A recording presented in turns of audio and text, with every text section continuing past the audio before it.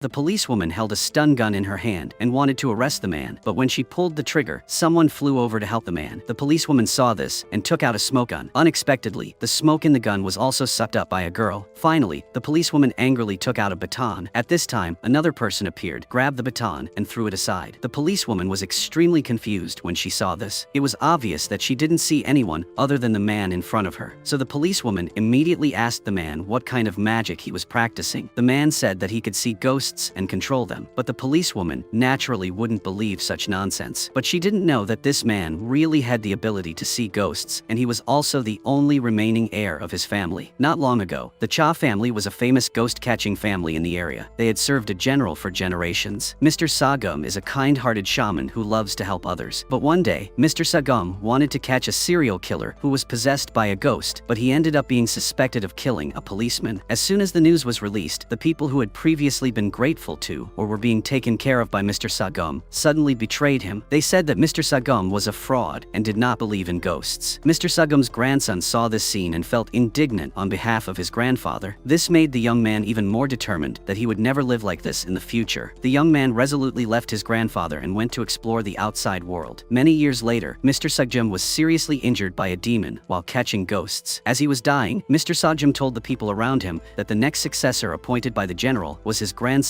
Cha Wu. After many years of hard work, Cha Wu is now a very famous magician. His magic show is so thrilling that it makes everyone in the audience very excited. Today, Cha Wu will perform another thrilling magic trick. He rides a motorcycle around a circle in a place where there are not many people and randomly chooses an audience member to shoot the arrow he made. Cha Wu declares that if anyone hits him, he will refund the ticket price 10 times. With such a good thing, everyone is eager to try it. But before Cha Wu goes on stage, the staff tells him that the device is malfunctioning and cannot be used. But Cha Wu is still confident in himself. He feels that with his level and ability, there will never be an accident while performing. This girl Solha is a very enthusiastic police officer and likes to help people. Solha always considers protecting justice as her life goal. One day, two women got into a fight in a restaurant. Someone called the police. Solha immediately sent someone to check. When she arrived, Solha had to step in to resolve the conflict between the two women. The two women were good friends, and the girl suspected her best friend of stealing her lover. The best friend refused to admit it, so the girl angrily threw a cup of coffee at her best friend. Unexpectedly, the cup of coffee accidentally splashed all over Solha. Solha had a hard time telling the two women to sit down and calmly shake hands to make peace. But at this moment, Solha suddenly discovered that the cardboard boxes the two used were both from Jeju Island. Solha also said that they must be very close friends to travel together. After hearing this, the two women immediately changed their attitudes. It turned out that the girl took the tissue from her best friend's boyfriend's car. That meant that the girl had gone to Jeju Island with her best friend's boyfriend. She couldn't hide it anymore, so she admitted it. Solha used her professional knowledge to successfully drive the two women crazy. She was also injured when she tried to stop the argument, but these were small matters. The next day, Solha met her neighbor in front of the convenience store. The two chatted for a while, and then Solha knew that her neighbor's wife was about to give birth. So now, the neighbor has to work part-time. The neighbor delivers food every day to relieve the pressure of life. While the two were chatting, Solha suddenly saw a thief on a motorbike robbing someone else. Solha borrowed her neighbor's motorbike and put on a helmet to chase after him. Coincidentally, when Solha got there, Cha Wu was performing magic, but the thief was still wearing his helmet. Because the light was dim, Solha thought Cha Wu was a thief and hugged him tightly. Solha didn't know that Cha Wu was performing magic. Cha Wu was so annoyed by Solha that he had to stop the magic. Solha understood the situation and quickly apologized. She quickly put on her helmet and left. Unexpectedly, when she went out, she saw the thief tied up and wrapped around a pole. After Solha took the thief to the police station, she went home and returned the helmet to her neighbor. The neighbor said that the helmet wasn't his. He had a dash cam attached to his helmet. Solha suddenly realized that she had taken the wrong helmet. She wanted to find Cha Wu to exchange the helmet, and the helmet in the tool room was now recording a strange scene. Objects were floating in the air. Cha Wu had returned to his hometown after his grandfather's incident, so he wasn't in his room. Solha went into Cha Wu's room by herself. She changed the helmet and gave it to the neighbor. The floating objects in the air were the ones in Cha Wu's amazing magic show. The reason why Cha Wu's magic show became more excellent was not because of his real ability, but because of his ability to communicate with ghosts. To perform the magic trick, he had to accept 3 ghosts. One was Ah Rome, a beautiful computer expert. The second was Sang Gion, who looked like Cha Wu and was suitable to replace him when needed. There was also a person with unlimited power named Dong Chol. They were Cha Wu's assistants and could not be detected. But after they finished practicing magic today, they saw the flashing helmet recording recording their work. The three ghosts guessed that Cha Wung was probably afraid that they would be lazy to practice, so he installed a surveillance camera, which made the three ghosts feel a little dissatisfied. The next day, Cha Wung sent the three ghosts off to see his grandfather off on final journey. As soon as Cha Wung returned, Gummo told everyone to stand up and salute him because he was the one who would serve the general. Cha Wung did not like this scene. After paying respect to his grandfather, he quickly left. He did not want to inherit his grandfather's job. The result of being willing to help others was being betrayed by others. Cha Wung should never trust anyone in his life. Seeing Cha Wung leave, Gummo knew that Cha Wung could not escape his fate. The general would find him at all costs. On the way back, Arom found a jar full of rice in the car. It was considered an altar to the gods and was used to worship the ancestors of previous generations. Cha Wung immediately became upset. He reached behind the seat to throw it away. Unexpectedly, a passerby suddenly appeared in front of him. Cha Wung, avoiding the passerby, crashed into a recycling bin on the side of the road. They got out of the car to check and found a passerby who was a ghost. It was Selha's neighbor. He died in a traffic accident. The neighbor knelt on the ground and said that today was his wedding day, so he hoped Cha Wung could help him buy his wife's favorite spiral bread. Cha Wung firmly refused the neighbor because he didn't want to be involved in this matter. After saying that, Cha Wung drove away. When they got home, the ghosts sympathized with the neighbor and criticized Cha Wung for being cruel. But Cha Wung only wanted to make money and didn't want to do these useless things or be involved with anyone he didn't like. After saying that, Cha Wung left. The ghosts also returned to their altars to rest. Today was a beautiful day. Everyone had breakfast together. Dong Chol took this opportunity to talk about the camera on the helmet. Cha Wung was confused because he didn't install a camera on it, so Cha Wung returned to the tool room, but the helmet had been taken by Solha. What was there now was just a normal helmet. Cha Wung immediately called the staff and found out that Solha had been there. Cha Wung immediately went to the police station to find Solha, but ran into her, preparing to go on a mission. Cha Wung made his purpose clear that the camera on the helmet recorded trade secrets, so she had to delete them. Solha said that the helmet belonged to her neighbor and she had already returned it to her neighbor. After saying that, Solha hurriedly went to carry out the mission. Cha Wung anxiously followed Solha to the mountain behind the crime scene. They found the body of the deceased victim, but the witness was so scared that he couldn't remember where the body was found. Solha searched the whole mountain for the body. Cha Wung chased after her and kept telling her to call her neighbor. Solha really had nothing else to do, so she pressed the call button, and then she heard a phone ringing nearby. Solha realized something was wrong and followed the ringtone. The victim's body was found under a pile of branches. The victim was actually Minho, Solha's neighbor. Solha was extremely confused. Cha Wung also recognized Minho as the ghost from the day before. Cha Wung became even more worried when he learned that the helmet belonged to a ghost. He quietly told Solha that the top priority now was to find the helmet. He was afraid that if it was considered a criminal case, the helmet would be kept as evidence to solve the case. He wouldn't even be able to get it back. Cha Wung's words reminded Solha that Minho was hit while driving. Minho's helmet has a camera, so he can see the truth behind the cases of the dead. At the same time, Solha is still searching around the location of Minho's accident. Cha Wung doesn't want his magical secret to be revealed, so three ghosts are also sent to find Minho's ghost. With the help, Cha Wung quickly learns that Minho has gone to the bakery. At this time, Solha has also found the bakery. She asks the employee if Minho came here to buy anything yesterday. The employee says that the person who just went out also asked the same question and talked about spiral bread. Solha feels that something is wrong with Cha Wung, so she immediately chases him, but Cha Wung has long disappeared. Then Solha finds the motorbike that Minho was riding when he had the accident. Inside is a card written to his wife. Minho couldn't buy his wife's favorite cake, but only spiral bread. Solha also found a piece of a car headlight at the accident scene. Solha remembered that when Cha Wung came to see her in the morning, his car headlight was broken. Now Solha had enough reason to suspect Cha Wung that he was the one who killed Minho last night. It seems that Cha Wung was anxious to find Minho's helmet because he was afraid that the camera on the helmet would record evidence of his crime. Solha picked up the stun gun and wanted to capture Cha Wung. Cha Wung signaled the three ghosts to help him. Seeing that Cha Wung did not listen, Solha took out the gun. Sang Jon helped Cha Wung block the electric shock. Then Solha took out the smoke gun. Arom sucked all the smoke out of it. Finally, Solha took out the baton. Dong Chol walked over, grabbed the baton, and threw it aside. Solha felt something was wrong. She asked Cha Wung what was going on. He leaned close to Solha's hand and whispered to her that he had ghosts protecting him. Cha Wung told Solha that he could see ghosts, and he admitted that ghosts helped him with his magic tricks, and the helmet revealed that secret. The reason he knew about spiral bread was because he met Minho's ghost, but Solha only considered him a lunatic who didn't believe in those words. In order to make Solha believe what he said, Cha Wung asked the ghost to lift Solha onto the sofa. Then he lifted the chair and Solha into the air and shook the chair left and right. Solha was so scared that she screamed over and over again. After teasing Solha, the ghosts finally put her down, but Solha was still suspicious until Cha Cha Wung said that Minho bought a wedding anniversary cake and that he had an unborn daughter. Sol-ha gradually believed that Cha Wung could see ghosts. Seeing this, Cha Wung took the opportunity to tell the content of the transaction. He would talk to Minho's ghost to help Sol-ha find the murderer, and after Sol-ha found the helmet, she had to delete all the content recorded on the camera. The partnership was officially established, and the two immediately began to act. On the way, Cha Wung turned around and gave the task to the three ghosts sitting in the back seat. Sol-ha looked at the back seat but saw no one. This scene scared her very much. Cha Wung calmly introduced his three ghost employees to Sol-ha. That year, after subduing the three ghost employees, he had to go everywhere to find necessities from his life to burn for them, especially cell phones. This made it easy for them to contact Cha Wung at all times. The two groups acted separately. The ghosts went to the police station to eavesdrop on the police investigation progress, while Cha Wung and Sol-ha went to Minho's house. When they went upstairs, Cha Wung heard crying. Following the sound, he went to the rooftop and looked for Minho's soul. Cha Wung talked to Minho for a while and then got straight to the point. Cha Wung asked Minho who the murderer was, but Minho was very agitated after being hit by a car. No matter what, Minho couldn't remember the face of the culprit. Cha Wung lost his temper, but these actions made Sol-ha feel that Cha Wung was acting for her to see. She shouldn't have believed his ghost's words. Seeing this, Cha Wung thought of a way to prove that he could really see Minho. Cha Wung asked Sol-ha to ask Minho's wife how many years she had lived with her husband. Cha Wung answered fluently under the guidance of Minho's soul. Although Sol-ha found it hard to believe, she eventually believed that Cha Wung could see ghosts. Sol-ha apologized to Cha Wung for her previous behavior. Only then did Cha Wung remember that if a ghost lost its memory, then let that ghost experience the same thing before it died. It is said that if a ghost loses its memory, it can stimulate the ghost to remember the memories before it died. Minho originally had a little memory of cars, so when he saw the car rushing towards him, he wanted to avoid it. But when he thought about catching the real culprit and the other party being able to compensate his wife with some money to live, Minho was filled with courage. He stood in the middle of the road waiting for the car to hit him. Just as a car was about to hit him, the crime scene appeared in Minho's mind. It turned out that after the accident, Minho did not die at the scene. The driver who caused the accident was afraid of having to pay a high compensation, so he dragged Minho into the wilderness forest. Minho told Sol-ha that he remembered the license plate number 1004 of that person, as well as the car model. Sol-ha followed the clues and found the car that Minho mentioned, but the car did not match the description. Sol-ha seemed to have discarded a broken car that was about to be taken to the junkyard from her list. Thinking that the clues had been interrupted, Cha Wung noticed that there was a number 1004 sticker on the body of the car. The sticker immediately reminded Minho that the night of the incident, he was forced to sit in the back seat of the car by the murderer. Minho also saw the 1004 junkyard sign on the car. They immediately questioned the employees of the junkyard about whether their company repaired cars. The employees replied that the boss drove this type of car, but the boss was on a business trip abroad. After hearing this, Cha Wung and Sol-ha realized that the murderer wanted to escape because he was afraid of committing a crime, so they immediately went to the junkyard. At the same time, police officer Hee-soo, who was a good friend of Sol-ha, discovered a piece of a car headlight at the crime scene. Hee-soo asked someone from the technical department to confirm that it definitely belonged to a black car, and that this car was Cha Wung's car. Hee-soo thought that Cha Wung was a suspect and immediately issued an arrest warrant, but Sol-ha said that Cha Wung was with her. A moment later, the three ghosts also called Cha Wung to report the situation. Time was of the essence, so Sol-ha